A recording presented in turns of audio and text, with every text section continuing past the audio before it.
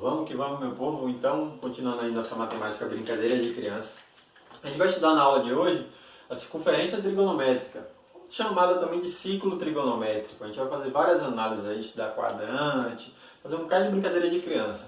Então vamos lá, vamos iniciar os trabalhos, né? Primeiro vocês já estão visualizando aqui uma figurazinha, né? Eu tenho uma circunferência e já dá para fazer análise. Eu tenho uma circunferência, essa circunferência ela está desenhada num plano cartesiano. Eu tenho o eixo x, eixo y, né? Chamado de eixo das abscissas, eixo das ordenadas. Então, tem uma circunferência num plano cartesiano. Um outro detalhe interessante é que essa circunferência ela está centrada na origem. Ela é ó, na origem aqui, no zero, né? Aqui está o ponto zero do plano cartesiano. Então eu tenho uma circunferência centrada na origem. O centro dela está aqui no zero. E toda vez que a gente for fazer o estudo do ciclo trigonométrico, sempre, essa circunferência a gente vai considerar raio igual a 1. O raio de toda a circunferência trigonométrica, de todo o ciclo trigonométrico, vai ser sempre raio 1. É uma definiçãozinha, sempre isso, beleza? Brincadeira de criança, né? Então, se eu sei que raio 1, de que isso é interessante, pessoal? Ó, é interessante o seguinte, como aqui está a origem, né? O centro da circunferência está na origem. Como o raio é 1, significa que essa distância aqui vai ter 1, né? O comprimento. Então aqui vai ter 1, daqui para cá também vai ser 1. Esse comprimento aqui também vai ser 1. Só que eu não vou colocar aqui 1. Por quê? A gente está no plano cartesiano. Então o eixo x para cá ele é negativo, né? Então aqui vai ser menos 1. Mesma coisa aqui, ó. Esse comprimento aqui é 1, né? É raio, né? Ó, distância do centro, até qualquer ponto da circunferência é sempre raio, né? Então aqui também é 1 esse comprimento. Como estou na parte de baixo, a ordenada aqui embaixo é negativa, né? Lá de função, né? O plano cartesiano. Então, coloquei a primeira análise a gente fazer aí, a priori, ó.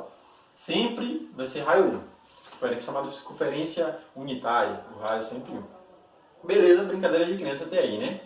Ó, uma outra coisa interessante, uma outra análise a ser feita, é que essa circunferência, quando eu projetei ela, quando ela está no plano cartesiano, ela foi dividida em 4 partes, né? Tem 4 partes aqui. E essas 4 partes, aqui eu tenho um ângulo reto, né? Esses ângulos aqui são todos de 90 graus. Os eixos aqui são perpendiculares, né? Então todos aqui são ângulos retos, ângulos de 90 graus.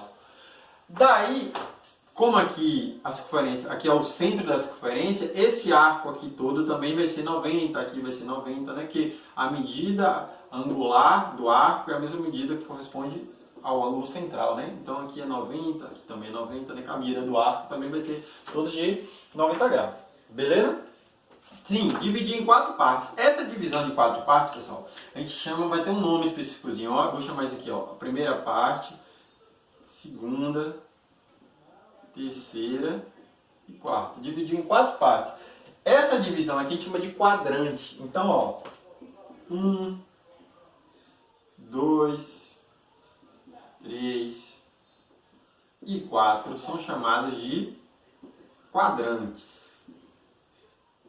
Então a gente dividiu essa circunferência em quadrantes, em 4 quadrantes. Brincadeira de criança aí. Detalhe, sempre vai ser nessa ordem, primeiro, segundo, terceiro e quarto quadrante. Sempre essa ordem aí, em relação aos quadrantes. Outra coisa interessante que a gente tem que estudar é que, tendo esses quadrantes, a gente pode fazer o percurso por essa circunferência, se deslocar na circunferência, fazer o deslocamento aqui. Só que para fazer esse deslocamento, a gente sempre vai considerar a origem aqui, ó. Vou tirar o 1 aqui, que a gente já sabe que sempre vai ser raio 1, então eu vou colocar aqui, ó. A origem aqui, ó, sempre vai ser nesse ponto, sempre vai se partir desse ponto aqui. Eu coloquei como 0 graus, a origem. Agora, partindo da origem, perceba que eu posso subir, eu posso fazer esse percurso para cá, ou então posso descer. Eu tenho 2 trajetos a seguir. Eu posso sair daqui e subir, ou sair daqui e descer. Esse subir e descer que eu estou falando bem tradicional aí, vai ter um nome específico. Para explicar esse nome, eu vou fazer um desenhozinho aqui, só para a gente entender melhor. Lembra lá que a gente estudou na aula passada do relógio? A gente estudou o relógio, né? Ângulo, formando a trigonometria do relógio. Então tinha 12, 6, 3, 9. Um relógio normal aqui. 1, 2. Por que eu estou falando do relógio? É só para a gente entender a nomenclatura, como eu falei aqui, o subir e o descer vai ter um nome específico. Esse nome específico tem a ver com o relógio. Perceba que o relógio aqui ele vai nessa ordem, né? 1, 2, 3, 4, 5, 6. O sentido do relógio é de sentido de descer, né? Então, no ciclo trigonométrico, a gente vai fazer dois nomes referentes ao relógio. A gente vai dizer que quando a gente estiver subindo aqui, ó, a gente vai chamar de sentido anti-horário. Vou colocar assim, ó. Anti-horário. Por que anti-horário? Porque o relógio normal é o sentido horário do relógio, é o sentido de descer. Você observa que se eu fizer o de baixo, vou colocar até de vermelho, se eu sair daqui e descer, aí eu vou ter o sentido horário. Horário. Ok? Então, anti-horário, quando eu saio do zero, eu vou nessa direção. Ok? Quando eu sair do zero e descer, eu vou estar seguindo o sentido horário. 98%, quase sempre, o horário padrão que a gente vai estar seguindo é o anti-horário, ou seja, a gente vai estar pegando, subindo aqui, o sentido anti-horário do ciclo trigonométrico. E como é que eu vou estabelecer essa diferença? Quando é que eu vou saber que eu estou no sentido anti-horário ou no sentido horário? Para isso, a gente tem uns sinais. Quando eu fazer o sentido anti-horário, a gente vai dizer que a gente está fazendo o sentido positivo do ciclo. E quando eu estiver no sentido horário, eu vou estar no sentido negativo do ciclo. Como é que funciona isso? Me explica melhor, professor. Ficou meio estranho isso aí. Detalhe, bem brincadeira de criança. Quando eu estiver no sentido anti-horário, eu vou sair do zero. Ó, daqui para aqui é 90 graus. A gente foi dividido em quatro partes tendo 90 graus. Então, ó, saindo daqui subindo, eu vou ter zero. Aí aqui vou ter 90. Aí aqui mais 90, então esse aqui vai ser 180 graus. Aqui embaixo, então mais, ó, 180 mais 90, 270. E completando aqui, vai ser o mesmo pulo, 0 e 360 coincide, né? Que é uma circunferência toda é 360 graus. Beleza? Então, saindo daqui, eu vou ter, pelo sentido anti-horário, o sentido positivo, eu vou fazer esse deslocamento. 0, 90, 180, 270, 360. Beleza? Brincadeira de criança. Mas aí você estava na cara, é notável. E a diferença do outro? Esse horário, essa parte negativa, o que é que vai estar diferente aí quando for negativo? Ó, aqui só a nomenclatura de quadrantes, eu vou até apagar, beleza? Quadrantes. Ó, o que é que vai ser diferente do horário? Por que esse negativo? O horário, quando eu pegar a parte de baixo aqui, ó, eu vou vir, os ângulos vão ser, a nomenclatura dele vai ser negativa. Por exemplo, eu vou sair do zero. Aí aqui, ó, em vez de estar no 270, aqui vai ficar, ó, eu vou começar daqui, então 0, aqui vai ser 90, né? Você sei que esse comprimento é 90, comprimento angular, então aqui vai ficar menos 90. Porque o horário vai ter sempre esse negativo, indicando que eu estou no sentido horário. Então menos 90, aqui vai ser 180 mesmo, né? Porque são mais... Só que, para indicar que eu estou no sentido horário, eu vou colocar, ó, menos 180. Aí eu vou para cá, para cima... Então, vai somar mais de 90. Então, aqui em cima vai ficar menos 270. Ó. 0, 90, 180, 270. Aí, estou colocando menos para indicar que eu estou no sentido horário. E fechando aqui, eu vou ter o menos 360. Então, toda vez que eu estiver no sentido horário, vai aparecer o menos. Okay? Quando eu estiver no sentido anti-horário, vai estar todo mundo positivo. Como eu falei... A maioria das vezes a gente vai estar seguindo esse anti-horário, beleza? Então sempre vai estar positivo. Uma questão ou outra agora no início que a gente vai ver no sentido horário, ou seja, no sentido negativo, beleza? A gente vai ver isso em exercício, para ficar brincadeira de criança. Tranquilo? Um detalhezinho, como é que a gente entende isso para ficar mais tranquilo ainda, mais brincadeira de criança? Colocar alguns exemplos, bem básicos.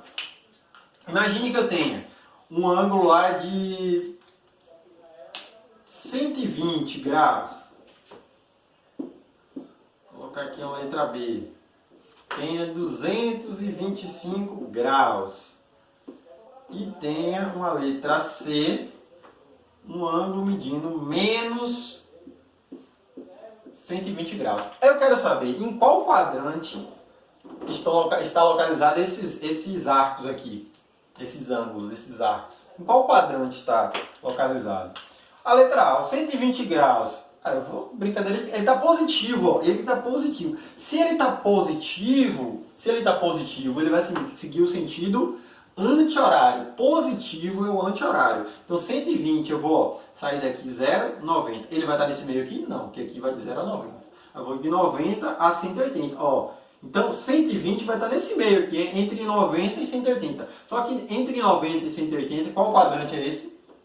Segundo, brincadeira de criança, né? Então 120 pertence ao segundo quadrante. A nomenclatura, pessoal, não é bem isso aqui não. Depois deixa eu ver a nomenclatura padrão, beleza? Mas aqui é só para a gente entender. Então 120 está lá no segundo quadrante. Tranquilo? 225 está positivo, né? Está positivo. Então vou pegar o sentido anti-horário. Fazer a mesma coisa. 0, 90, 180. Ele não está nesse meio. Ele está entre 180 e 170. Então ele está no terceiro quadrante. Então pertence ao terceiro quadrante. Beleza? Brincadeira de criança. Letra C, ó, ao menos 120. A análise é semelhante, só que agora, como tem um menos, esse menos, pessoal, só tem a ver com o sentido. Se ele está negativo, ele não vai no anti-horário, ele vai no sentido horário, ele vai estar descendo aqui, ó. Então 120 eu vou vir 0, menos 90. Então vai estar aqui entre o menos 90 e o menos 180. Então, menos 120, ó, ele vai estar aqui. Esse quadrante é o qual? O terceiro. Terceiro é o seguinte, ó, vou colocar aqui, ó, pertence ao terceiro quadrante, o menos 120. Detalhe é o seguinte, independentemente de qual sentido eu esteja pegando, assim, no anti-horário ou no horário, os quadrantes são fixos. Porque a gente confunde. Por exemplo, você poderia pensar, ó, menos 120, ó, se eu estou pegando 0, 90... 90, os quadrantes iriam mudar. Primeiro, segundo, terceiro e quarto. Não, os quadrantes são fixos. Sempre vai ser nessa ordem. Primeiro, segundo, terceiro e quarto. Observa que menos 120, ó, saiu 0, menos 90, menos está nesse meio aqui, né? Vai estar nesse meio aqui. Esse meio aqui é quem? O terceiro. Então ele vai pertencer ao terceiro quadrante. Enquanto que o 120 está no segundo. Entenderam a diferença?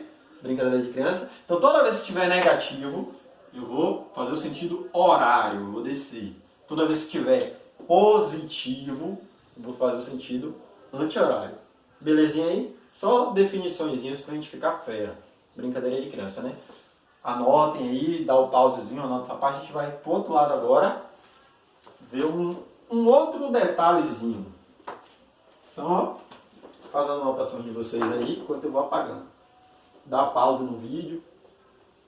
Toma água, porque essa parte é bem inicial. Beleza? O que a gente vai ver agora lá do outro lado? Seguinte, a gente vai estudar o que a gente chama de arcos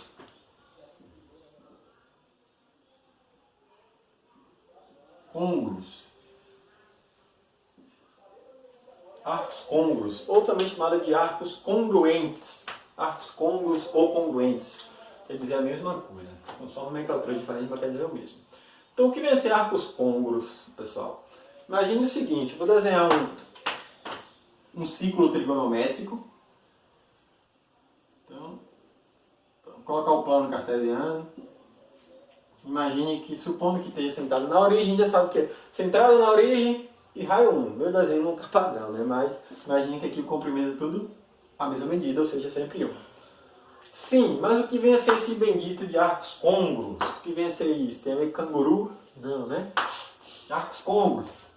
Brincadeira de criança. Seguinte, imagine que eu saí da origem aqui e faço uma medição de um arco. Imagine que eu vou supor que seja 30 graus. Vou pegar como exemplo aqui o 30 graus. Imagine que esse comprimento aqui, ó.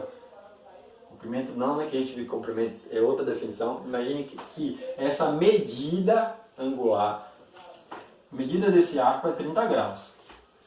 Vou colocar aqui. Essa medida angular aí é 30 graus. Esse arco. Agora imagine o seguinte, que se eu der uma volta, sair da origem, a origem é sempre aqui, né? Sair da origem, der uma volta completa na circunferência, 360, e percorrer mais um pedacinho. Vou parar nesse mesmo ponto, ó. Saiu daqui da origem, deu uma volta completa e subiu mais um pouquinho, parou no 30. Então, como é que eu ficaria esse ângulo? Ó, vou chamar até de alfa.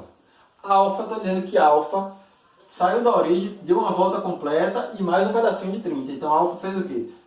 360, que foi uma volta completa, mais 30 graus. Beleza? Agora imagine que eu tivesse um outro ângulo, que eu vou chamar de θ. Θ, em vez de dar uma volta, θ deu duas voltas. Ó, saiu daqui, deu uma volta, deu outra e parou no mesmo ponto no 30. Então θ faria o seguinte, ó, 360, ele deu duas voltas, vou colocar aqui vezes 2, aqui seria o vezes 1, vezes 2, mais 30. Ele deu duas voltas e parou no mesmo ponto. Imagine que eu tivesse um outro beta. Beta tivesse dado 3 voltas. Então o raciocínio é análogo aqui, ó, 360, que é uma volta. Ele deu 3, então vezes 3, mais 30. Beleza? Aí por aí vai. Se ele der 4 voltas, seria 360 vezes 4. O que eu quero dizer com isso, pessoal? Que vinha a ser um arco côngruo. Um arco é congruente a outro quando ele tiver a mesma extremidade. Independente do número de voltas, a extremidade aqui de todo mundo não vai estar parando no mesmo ponto. Se está parando no mesmo ponto, todos não vão ter essa extremidade, essa medida angular aqui, todos esses aqui, ó. A diferença é que deram mais voltas, né, em relação ao outro. O daqui deu uma volta, o daqui deu duas, o daqui deu 3. Só que todos têm a mesma extremidade, todo mundo está parado nesse mesmo ponto. A extremidade de todos eles é de 0 a 30. Então, definição de arco côngruo, anotem aí bonitinho. O que vem a ser um arco congruente ao outro, um arco côngruo ao outro? É todo arco cuja extremidade é a mesma, independente do número de voltas que ele der lá na circunferência. Ó, esses daqui, só para formalizar, ó, esses aqui que eu coloquei, se a gente fosse efetuar a conta, o que daria aqui? 360 mais 30, eu teria 390 graus, né? O daqui teria 2 vezes 360, né? 720. 720 mais 30, eu teria 750 graus, né? O daqui, 3 vezes 360, 1080, né? 1080 mais 30, dá 1110 graus. Beleza? Quer dizer que 390, 750, 1110 e o 30 são todos arcos congruentes, pois possuem a mesma extremidade. Belezinha até aí? Brincadeira de criança. Vou só formalizar essa ideia aqui que eu coloquei, beleza? Vou apagar esse lado de cá, beleza? Vou apagar para a gente ver. Anotem, dá uma pausa no vídeo, copia tudo. Eu vou formalizar essa ideia aqui. Tranquilo? Então, anotaram aí, pessoal. Ó, continuando aqui. Então, a gente já sabe que vai ser congruo, vai ser congruente quando tiver a mesma extremidade, independente do número de voltas. Ou seja, em outras palavras, a gente não vai ter medida angular, medida de arcos apenas de 0 a 360. A gente pode ter outros valores. Vão ser congruentes, ok? Que ele deu mais uma volta. A gente pode, através disso, pode escrever uma expressão geral. O que quer dizer isso? Observa que eu fui fazendo aqui, no caso do 30, ó, eu peguei, quando deu uma volta, 360 vezes 1 mais 30. Se eu colocasse aqui no início o próprio 30, o 30 é quando ele não deu nenhuma volta. Então se eu escrevesse assim, ó, como alfa de novo aqui, ó, se ele não der nenhuma volta, é o 30 aqui que a gente chama de primeira determinação positiva. É quando ele iniciou logo aqui, ele saiu do 0 e foi para o 30. Isso aí a gente chama de primeira determinação positiva. Eu coloco aqui, ó, primeira determinação positiva porque eu estou pegando esse sentido. Poderia ser negativa se eu pegasse o sentido horário. No caso, como eu estou trabalhando com o sentido anti-horário, então primeira determinação positiva. Primeira determinação porque ele não deu nenhuma volta. Como é que eu escreveria isso aqui? Ficaria 360. Para ficar no padrão, eu vou colocar 360. Você vai dizer, mas ele não deu nenhuma volta. Se ele não deu mesmo, aqui na primeira volta fica vezes 1, né? Como ele não deu nenhuma volta, eu vou colocar vezes 0. Ele não deu nenhuma volta. Mais 30. Ou seja, não vai alterar nada, né? 60 vezes 0 vai ficar 0, mais 30 vai ficar 30 graus apenas. Significa que é o primeiro valor ali. Por isso que é chamado de primeira determinação positiva. Ok? Um outro detalhe. Através disso aqui a gente vai escrever a expressão geral. Antes de escrever propriamente a expressão geral, lá no início eu fiz a definição de quadrantes, né? Que primeiro, segundo, né? Terceiro e quarto quadrante. E coloquei 0, 90, né? A gente viu 0, 90, 180, 270, 360. Sempre até aqui eu estou trabalhando tudo em graus, mas nada impede que isso esteja em radiano, pessoal. Ó, posso fazer em radiano, 0, 90 graus em radiano é π sobre 2. A gente já viu como é que faz a conversão de entre graus e radianos, né? Por que π sobre 2 é 90? Porque lembre que π é equivalente a 180 graus, né, em radiano. Então, 180 por 2 dá 90. Aqui é o 180, né, que é equivalente a π. Aqui embaixo 270, 3π sobre 2. Ó. π sobre 2 é 90, 3 vezes 90, 270. E aqui é o 360, que em radiano seria o 2π. Estou falando isso porque nada impede, a maioria das questões até a gente vai estar trabalhando em radiano. Dá no mesmo, beleza? É brincadeira de criança. Aqui agora a gente tem em radiano. Pode ser em radiano ou em graus. Beleza? Isso foi só um detalhe lá, relembrando o início. Agora a gente vai para a expressão geral. Eu vou pegar isso aqui e escrever uma expressão geral para esses termos aqui. O que quer dizer expressão geral, pessoal? Quer dizer que vale para qualquer caso. Por isso que é chamado de expressão geral. Vale para todo e qualquer caso. Vamos pegar esse raciocínio aqui, ó. Quando não deu nenhuma volta, a primeira determinação positiva, 360 vezes 0. Uma volta, 360 vezes 1. Por aí vai. Aqui deu 3 voltas. Agora imagine se ele desse infinitas, várias voltas. Esse número de voltas que eu não sei qual é, eu vou representar por uma letra. Eu vou colocar assim, ó. Chamar de alfa de novo. Eu vou colocar 360. Eu não sei quantas voltas ele vai dar. Então eu vou colocar um número de voltas qualquer, que estou chamando de K. Se ele der K voltas. Para não pegar sempre o 30, eu vou colocar um ângulo qualquer. Esse ângulo qualquer eu vou chamar de θ. Então, essa seria uma expressão, vou colocar nem como ângulo alfa aqui, ó, vou colocar só assim.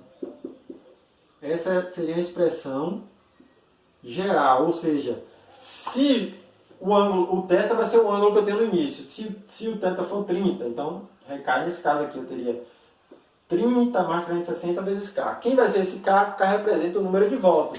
E esse K vai pertencer a Z. O que é Z?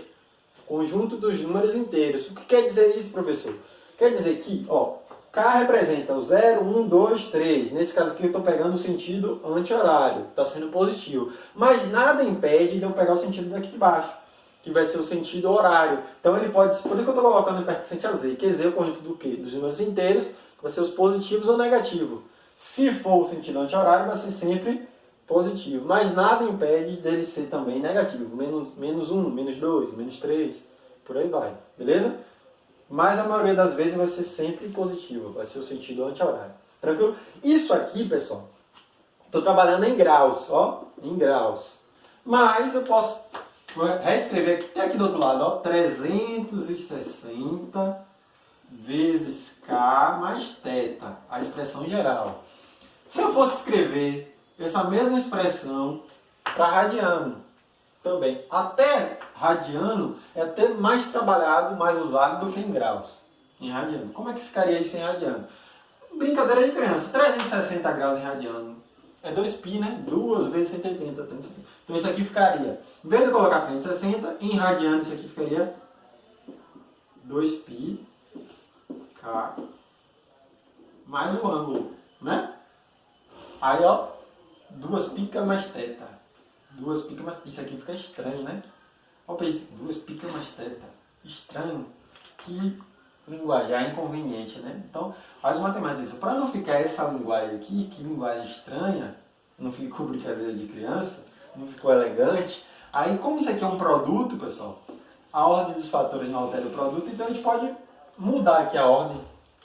Ó, então, em vez de a gente utilizar esse aqui, a gente vai fazer o seguinte, mudar a ordem, botar o K aqui para o meio. A ordem dos fatores não altera o produto. Então, eu posso fazer 2kπ mais θ. Essa aqui vai ser a minha expressão geral. Fica mais bonitinho, né? 2kπ mais θ. Essa de cá dá no mesmo, mas só que não é elegante. O mais elegante é daqui. Então, essa aqui é a minha expressão geral. Com isso aqui, eu vou... Como é que vai cobrado isso? Vai dar um ângulo lá de 30 graus, um arco de 30 graus. Escreva a expressão geral. Você vai pegar a expressão geral, seria 30 graus. Como está em graus, eu vou ter que usar de cima, né? 360 vezes K.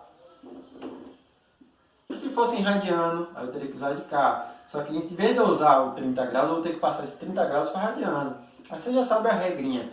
30 graus em radiano é equivalente a π sobre 6. 180 por 3 é 30. Então, em vez de eu usar o 30, se fosse em radiano, eu coloco aqui do lado, ó, seria π sobre 6 mais 2 kπ. Ó, o θ é o π sobre 6.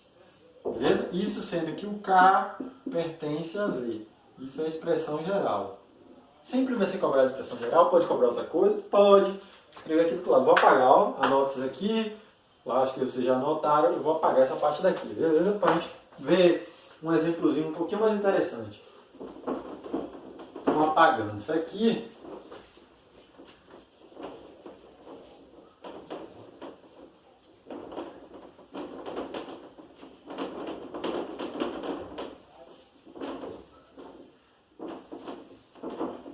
Então, continuando. Como é só pede sempre de arcos côncavos, só vai pedir sempre de expressão geral?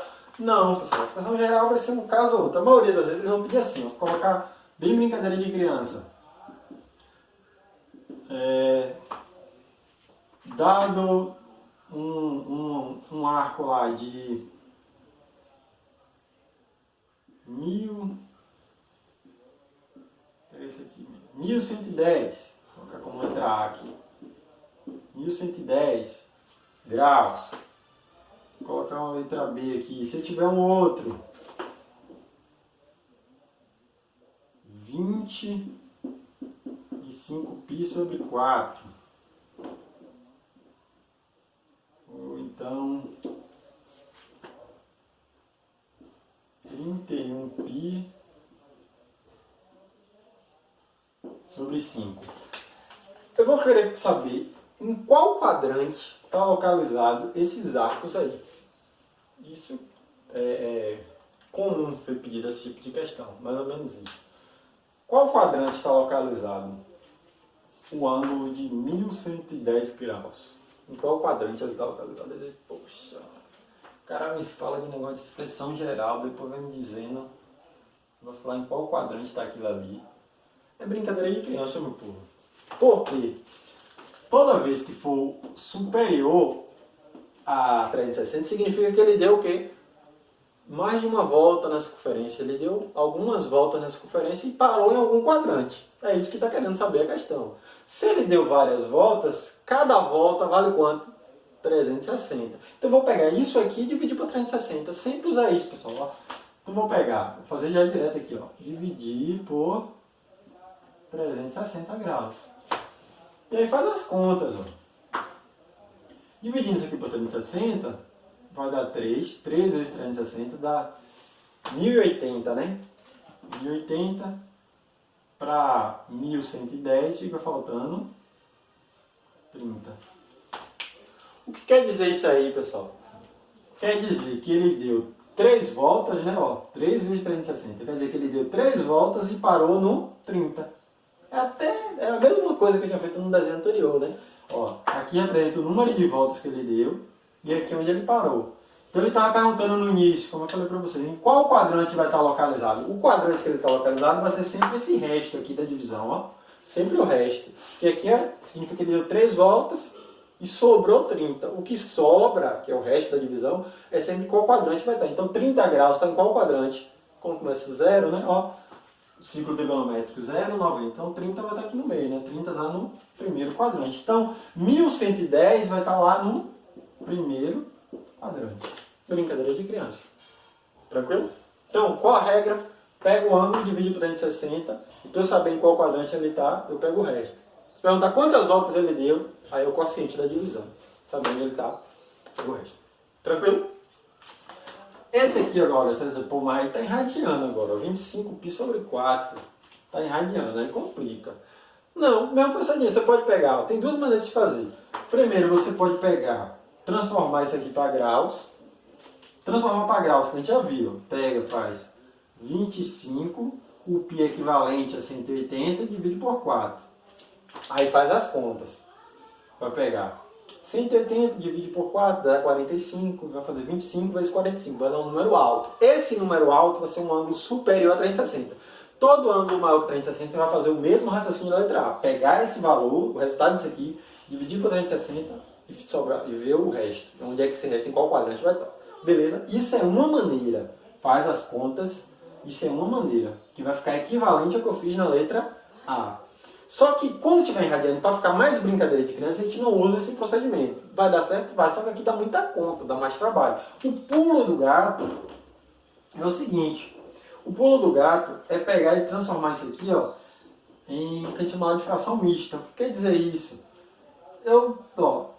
25 é divisível por 4, dá uma divisão exata? Não, né? Mas então vou descendo, diminuindo para dar uma divisão exata aqui, ó. Então, 25 não é divisível por 4, mas o menor aqui, 24 é, né? Então eu posso fazer 24 π sobre 4. Fazer mais bonitinho. 24 é dividido por 4. Então eu vou fazer 24 π. Só que como o todo é 25, então eu vou fazer 24 π mais π, né? Porque era 25. Aqui eu estou diminuindo, então 24 π mais π. Que continua sendo 25. Dá no mesmo. Isso dividido por 4. Só reescrever o 25 de outra maneira, beleza? 24 π mais π, que é o equivalente. Isso aqui tem uma soma, ó, de mesmo denominador. A gente pode separar isso aqui, né? Em duas frações. Posso fazer 24 π sobre 4 mais π sobre 4. Não é equivalente? Se eu voltar cá para cima, ó, conserva, soma de fração, conserva o denominador e soma o expoente. Então voltaria o que está em cima. Brincadeira de criança. Aqui agora, 24 por 4 dá 6, né? 6π mais π sobre 4.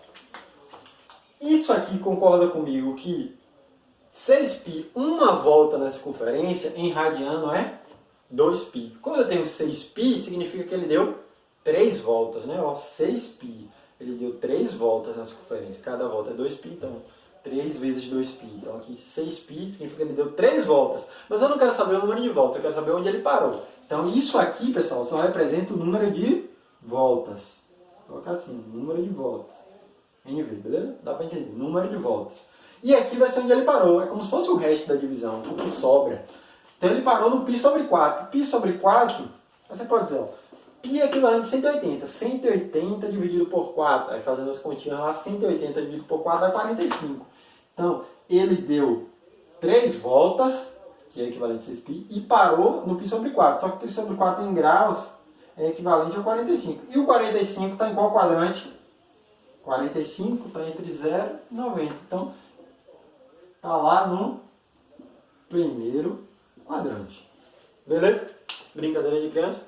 Então, poderia fazer, jogar para graus, dividir, equivalente a letra A, ou então usar esse macetezinho de transformar a fração aqui, ó, num número divisível. Sempre vai ficar mais fácil do que fazer a contona. Se fizer pela contona, vai dar o mesmo resultado. Beleza? Vou fazer a letra C aqui para a gente finalizar essa primeira parte. Vou usar o mesmo procedimento, ó. O procedimento é o quê? Transformar isso aqui para ficar uma divisão exata. Então, 31 por 5 não dá exato. Então, eu posso fazer 30π mais π, né? Ó, 30π mais π daria 31. Isso dividido por 5. Aí aqui separa, vai ficar 30π sobre 5 mais π sobre 5. 30 dividido por 5 vai dar 6. E aqui conserva. Aqui dá o número de voltas. Sempre a divisão deu um número par e se representar o número de voltas. Você pergunta, e se não der par? Se não der par, você vai sempre diminuindo aqui para a divisão gerar um número par. Por exemplo, se suponha que tivesse uma divisão que tivesse par, você diminuiria mais um pouquinho. Sempre para... Por quê? Uma volta é 2π. Então, para eu ter uma volta, 2 ou 3 voltas, vão ser sempre um número par. Beleza? Depois eu vou botar um exemplo que dê um número ímpar para ver o que você teria que fazer. Beleza? Mas daqui deu para entender. Ficou 6π. Então, isso aqui indica o número de voltas. Ele deu 3 voltas e parou no π sobre 5. Π sobre 5 equivale a quanto? Aí você faz 180 dividido por 5. Aí faz as continhas. 180 por 5. 18 por 5. Dá 3, né? 3 e 5, 15. Fica faltando 3. Aqui vai dar 6, né? Então vai dar 36. Então π sobre 5 equivale a 36. Que de novo vai estar no primeiro quadrante. Coincidentemente os três exemplos dão no primeiro quadrante. Então aqui também, ó, pertence ao primeiro quadrante. Beleza? Então o procedimento é sempre esse, pessoal. Maior que 360, divide, pega o resto. Se estiver irradiando, usa essa ideia de reduzir a fração. Brincadeira de criança? Então beleza, meu povo. Essa primeira parte é só definições mesmo, tem esses dois cálculos aí, só para a gente entender a ideia do círculo trigonométrico, entendeu? Com a expressão geral, divisão de quadrantes. Anotaram tudo bonitinho. A gente vai finalizar essa primeira parte por aí. Vocês vão copiar isso, vai tomar uma água e já vai clicar lá no vídeo 2, que vai estar para vocês já lá no vídeo 2, que o vídeo 2 já tem uma parte um pouquinho mais interessante. Ciclo trigonométrico tem vários detalhes. A gente fez a primeira etapa e no vídeo 2 já tem umas coisas mais interessantes, beleza? Finaliza isso por aí. Valeu, brincadeira de criança.